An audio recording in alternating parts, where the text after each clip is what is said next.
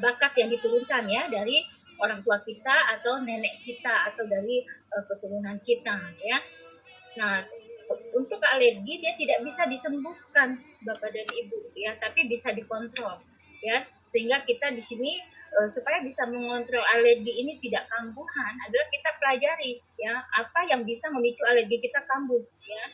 Kalau makanan ya berarti makanannya memang kalau bisa dihindari ya, dikurangi, jangan berlebihan ya. Kalau misalnya itu faktor udara atau polutan ya sebisa mungkin kita menggunakan, kalau memang itu daerahnya banyak debu atau polutan, kita menggunakan masker ya.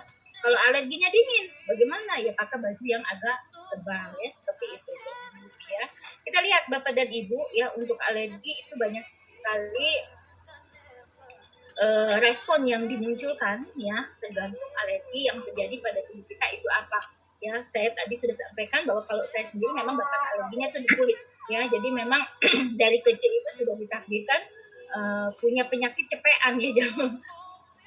Zaman dulu tuh kata orang cepean ya, karena koin-koin itu di badan ya, jadi seperti orang apa namanya, buduk ya, buduk seperti itu, seperti koin-koin besar sekali ya, dan itu terus ya nggak pernah hilang gitu, nggak pernah hilang. Jadi selalu tergantung dengan obat dokter ya, yang namanya CTM, dextamin, dexamethasone, prednisone ya, segala macam itu nggak pernah lepas dari kehidupan saya waktu itu ya. Sehingga apa namanya, sampai sewaktu-waktu saya kuliah di kesehatan ya, di situ saya baru tahu bahwa obat-obatan seperti ini ya, ini tidak boleh terus-menerus kita konsumsi karena ada efek sampingnya ya. Efek sampingnya apa ya, waktu itu saya ada satu teman dokter bilang, dokter bintang bilang, Evi, kalau bisa lu hindarin deh, lu tahan gitu ya, kalau memang alergi lu kambuh sebisa mungkin lu tahan ya. Kenapa dokter? Karena lu kalau minum yang namanya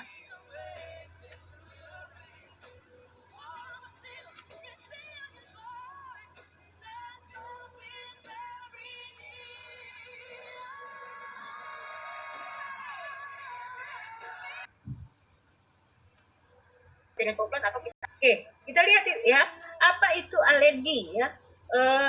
Menurut informasi para ahli disampaikan bahwa yang namanya alergi ini adalah merupakan suatu reaksi menyimpang dari sistem imun tubuh kita yang terlalu berlebihan dalam merespon faktor pencetus ya, faktor pemicu ya.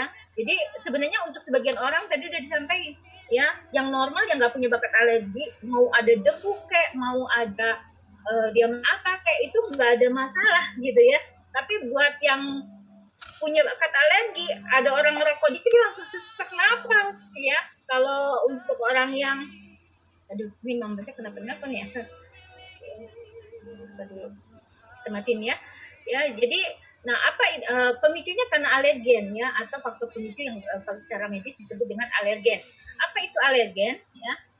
Alergen merupakan satu senyawa pemicu yang bisa masuk ke dalam tubuh kita melalui berbagai macam cara ya. Kalau melalui saluran napas secara medisnya disebut inhalan ya. Kalau melalui saluran cerna itu instan ya. Terus kalian belajar dikit-dikit ya, jadi boleh kita sampaikan nih ya, udah belajar ya, dari mana, dari WP gitu ya. Jadi alergen itu atau faktor pemicu alergi bisa masuk melalui saluran pernapasan ya, inhalan, atau saluran cerna ingestan melalui makanan ya, melalui suntikan ya, injektan ya, atau kontaktan atau melalui aplikasi pada kulit, kita kontak dengan kimia tertentu ya. Nah seperti itu. Jadi 4 hal ini ya merupakan cara masuk alergi ke dalam tubuh kita ya. Nah, alergi ini bukan penyakit menular Bapak dan Ibu. Jadi kalau misalnya ada rekan kita atau teman kita atau keluarga kita yang lagi biduran atau merah-merah begini, Bapak Ibu jangan seperti orang jijik ya, karena ini bukan kusta ya. Ini alergi. Kalau kusta kita boleh khawatir ya. Kalau kusta ya ada ruam-ruam seperti ini, dia tidak ada rasa buat orang penderitanya ya, sehingga apa namanya, itu menular ya. Tapi kalau yang ruam-ruam seperti ini, rasa gatal yang berlebihan yang dirasakan oleh penderita, ini alergi dan ini dia tidak menular ya. Dan bagaimana seseorang itu bisa terkena penyakit alergi ya? Berulang-ulang kita sampaikan bahwa alergi bisa kambuh itu kalau ada faktor pencetus ya. Tinggal kita telaah bagaimana faktor pencetus ini bisa masuk ke dalam tubuh kita, ya, melalui 4 cara tadi, inhalan, ya, ingestan, ya, injektan, dan kontaktan tadi, ya. Nah, kita sebutkan di sini bahwa faktor pencetus itu bisa lewat bulu binatang, ya. Terlalu berlebihan latihan tuh, exercise, ya, olahraga yang berlebihan buat orang yang alergi juga kadang-kadang jadi faktor pemicu jadi stres, ya. Kenapa? Karena bisa menimbulkan zat capek, ya, di dalam tubuh kita. Lalu polen, ya, polen itu putik sari, ya, yang ada di bunga. Jadi ada di bunga itu serbuk sari bunga, ya. Buat orang nyium bunga harum enak-enak aja, tapi kalau orang itu punya alergi dia nyium bunga harum dia langsung bersin-bersin, ya. Itu karena dianggap sebagai senyawa berbahaya oleh tubuh kita, ya. Tungau, ya, binatang, semikal, ya. Misalnya ada orang, aduh Mbak saya nggak bisa nyuci pakai rinso bla bla bla seperti itu, ya, karena bikin saya jadi hancur nih, eksim atau alerginya kambuh, ya. Itu karena chemical, ya, zat kimia. Atau alergi karena dingin, ya, ini jamur juga bisa memicu alergi, ya, debu, ya, rokok, ya, atau bau yang kuat, ya. Dari dulu saya itu nggak bisa pakai minyak wangi yang baunya sampai nusuk hidung, karena kalau baunya nusuk hidung itu nggak enak gitu. Nah, buat kita yang punya bakat alergi gitu, nyium sesuatu karena alerginya kulit, yang langsung respon kulit jadi gatal-gatal hanya karena nyium bau yang nggak enak, ya, karena bahaya bauan tadi, ya, seperti itu. Nah, ini karena memang salah satu pemicunya adalah sistem imun kita yang tidak terkontrol, ya, sehingga yang perlu kita lakukan adalah selain menggunakan produk-produk yang bisa meredakan peradangan akibat alergi, kita kontrol imun kita dengan supporting makanan atau minuman, ya, seperti air 5 cup yang ada anionnya, yang bisa mengontrol hormon stres kita, ya. Kenapa? Karena pada saat kita konsumsi air yang mengandung anion, ya, dalam hal ini kita menggunakan 5 cup termos alkali, anion secara informasinya disampaikan dia bisa membantu menstabilkan serotonin, ya, serotonin tubuh ini adalah hormon bahagia, ya, hormon bahagia. Maka jangan heran pengguna 5 cup termos alkali yang tadinya udah kusut, ya, udah susah senyum karena penyakit yang parah gitu, ya, tapi setelah rutin minum 5 cup udah pada bisa ketawa, bahkan bisa keluar rumah, ya. Seperti Pak Evan punya klien, ya, waktu kemarin itu, ya, udah nggak bisa bangun, duduk aja susah gitu, ya, minum 5 cup. Kenapa bisa? Karena dia banyak sekali manfaatnya, salah satunya adalah mengontrol serotonin tubuh. Nah, ini adalah hormon bahagia, mengatur suasana hati, dan ini penting buat kita yang penderita alergi, ya, karena alergi ini terkait juga dengan stres. Kita stres dikit serotonin kacau, produksi histamin berlebih, akhirnya gatal-gatal di seluruh tubuh atau jadi asma, ya, seperti itu. Oke, kita lihat lagi tanda-tanda umum alergi macam-macam, ya, tergantung alergi yang terjadi pada tubuh kita. Kalau kita bakatnya alerginya pernapasan, maka sering ingusan, ya, atau sesak napas, jadi perlu inhalan, ya, napas dari mulut, ya, gitu, atau gatal-gatal seperti ini, mata sering berair, gatal-gatal, ya, atau ini ruam-ruam merah pada kulit bahkan sampai bengkak, ya. Nah, apakah alergi dapat diobati, ya? Alergi ya paling dikasih sama dokter antihistamin, Bapak dan Ibu, ya. Jadi seumur hidup kalau kita sifatnya kambuhan, yang paling gampang memang minum antihistamin. Masalahnya tadi ada efek samping, ya. Yang namanya obat-obatan ini tidak boleh sembarangan. Kalau kita sebentar-sebentar minum antihistamin, sebentar-sebentar minum antihistamin, paling diserang apa? Ginjal dan liver, ya. Ya kalau udah seperti itu gimana Bu Epi? Ya mau nggak mau dia tuh selalu konsumsi maksandrin supaya fungsi ginjal sama hati terjaga, ya, Bapak dan Ibu. Dan enaknya minum maksandrin juga dia bisa mengontrol stres, ya, karena dia sebagai makanan yang bisa beradaptasi dengan stres, ya. Nah, alergi tidak dapat dihilangkan secara tuntas, ya, sehingga yang perlu kita jaga, hindari faktor pencetus, jaga imun kita, ya, supaya terkontrol dengan apa tadi 5 cup atau Resco Plus, ya. Kalau sudah tidak terkendali dan sering konsumsi obat-obatan, ya boleh kita juga konsumsi yang namanya maksandrin, ya, dan cegah dehidrasi. Nah, ini penting Bapak dan Ibu, cegah dehidrasi, ya, karena pada saat tubuh dehidrasi maka sirkulasi di dalam tubuh kita juga akan terganggu, termasuk sirkulasi cairan. Ya, tubuh di kulit juga akan kering. Nah, ini akan memudahkan kulit terasa gatal. Ya, kalau sudah reaktif, gatalnya kan jadi merah-merah tidak terkendali. Ya. Alergi kulit, ya, alergi kulit ini adalah reaksi sistem kekebalan tubuh yang menyebabkan iritasi dan peradangan pada kulit. Ya, biasanya ditandai dengan adanya biduran atau bentol-bentol yang tebal, ya, atau bintik-bintik berisi air, ya, jadi merah-merah bintik-bintik berisi air. Ya, ini sering dikatakan alergi kulit. Ya. Kebetulan saya jenisnya itu eksim basah. Ya. Eksim basah, jadi alergi kulit itu alergi kulitnya tuh basah. Jadi kalau pas lagi mau kambuh, itu muncul dulu tuh satu bintik isi air, kecil banget, ya. Nah, ini kan iseng nih tangan kita ya, itu kan gatel. Dan gatalnya itu nggak bisa hilang kalau nggak kita garuk sampai berdarah. Kalau orang alergi begitu, ya.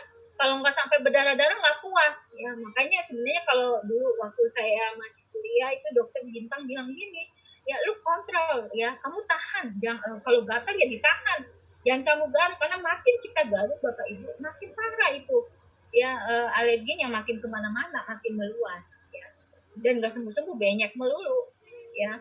Makanya yang perlu kita lakukan selain memang kalau bisa kita tahan gatal sebentar aja kok, sebentar aja kita tahan sampai respon gatalnya hilang, dia hilang dengan sendirinya. Tapi kalau memang tidak kuat, ya boleh kita minum histamin, antihistamin, ya.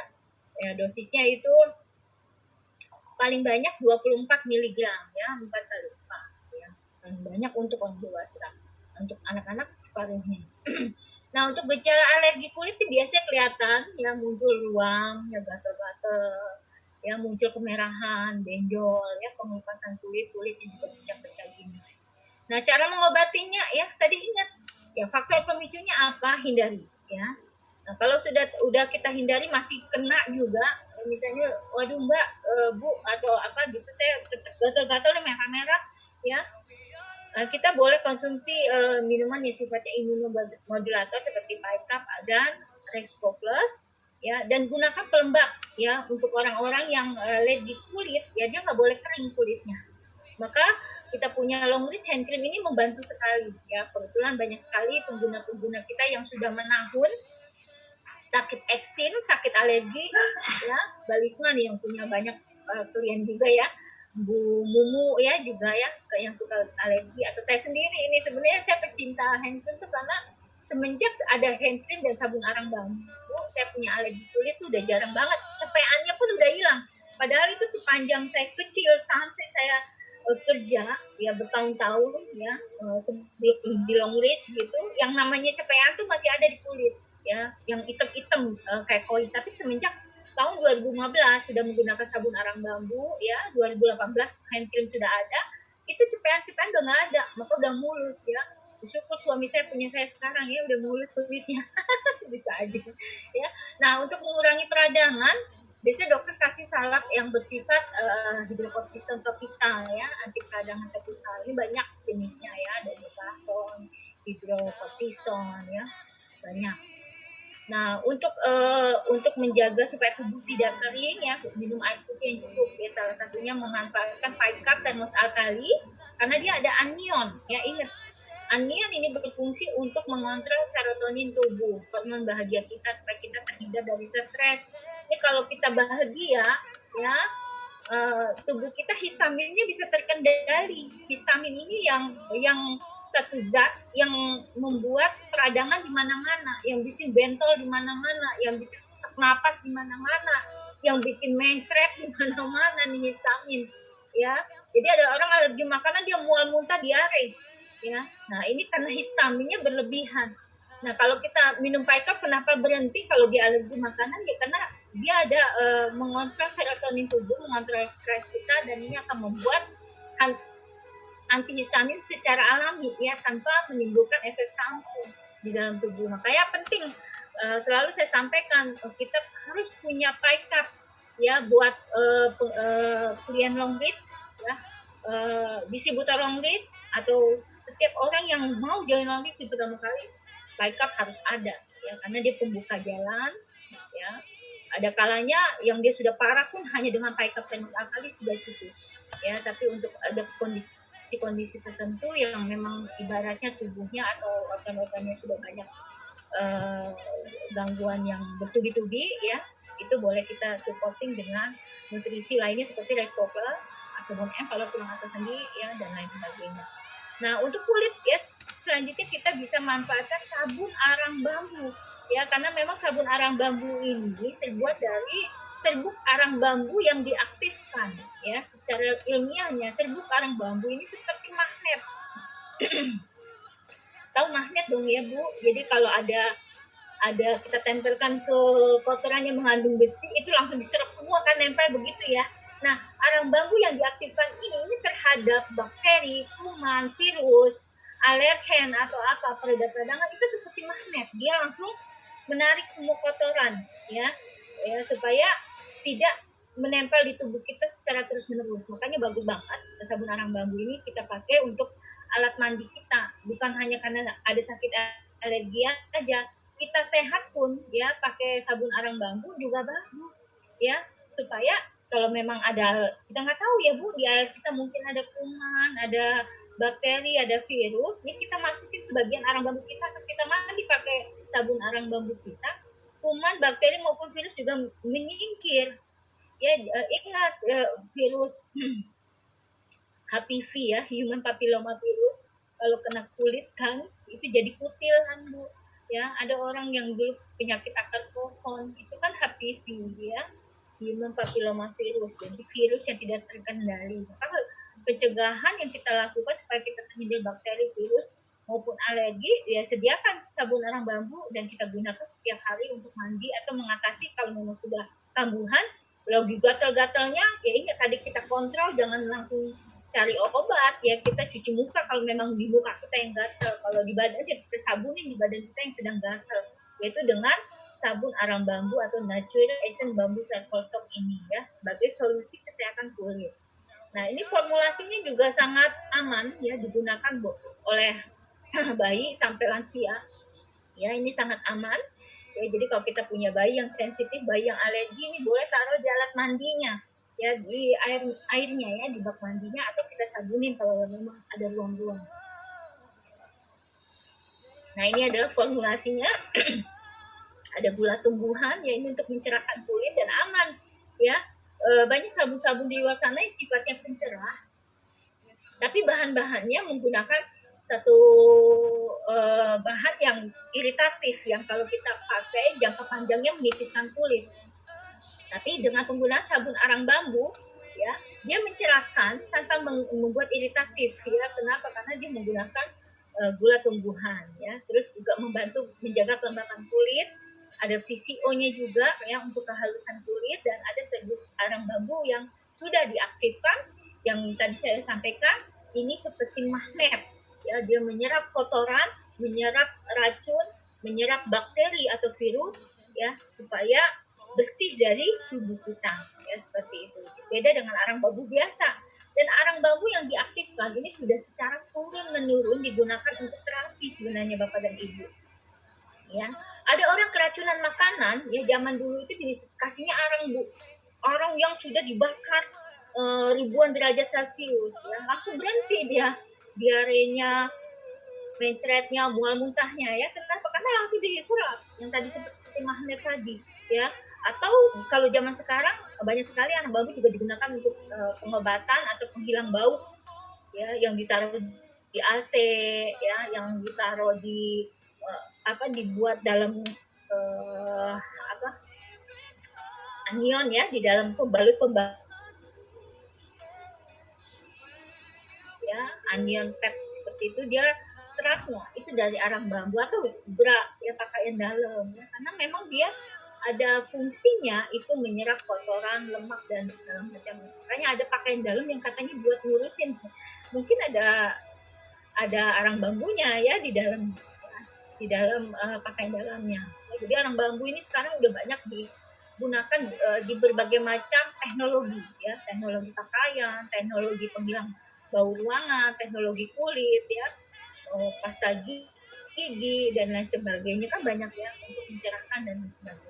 Nah, natural essence bambu charcoal, sebelum arang bambu yang ada di dalam mulut yang sudah diaktifkan ini, kita ada di dalam arang bambu satu sabun untuk semua, ya. Jadi kita nggak perlu beli bau-bau ruangan lagi, anti bau ruangan ya. Cukup kita ambil satu batang arang bambu dibelah 6 Bu, taruh di AC kita, di kamar satu, taruh di mobil kita satu, taruh di dalam lemari pakaian satu, ya. Ini untuk menyerap bau-bauan maupun bakteri maupun virus yang memicu alergi atau mungkin memicu kerusakan pada pakaian dalam atau pakaian kita. Taruh di lemari ini juga menjaga kesegaran, ya.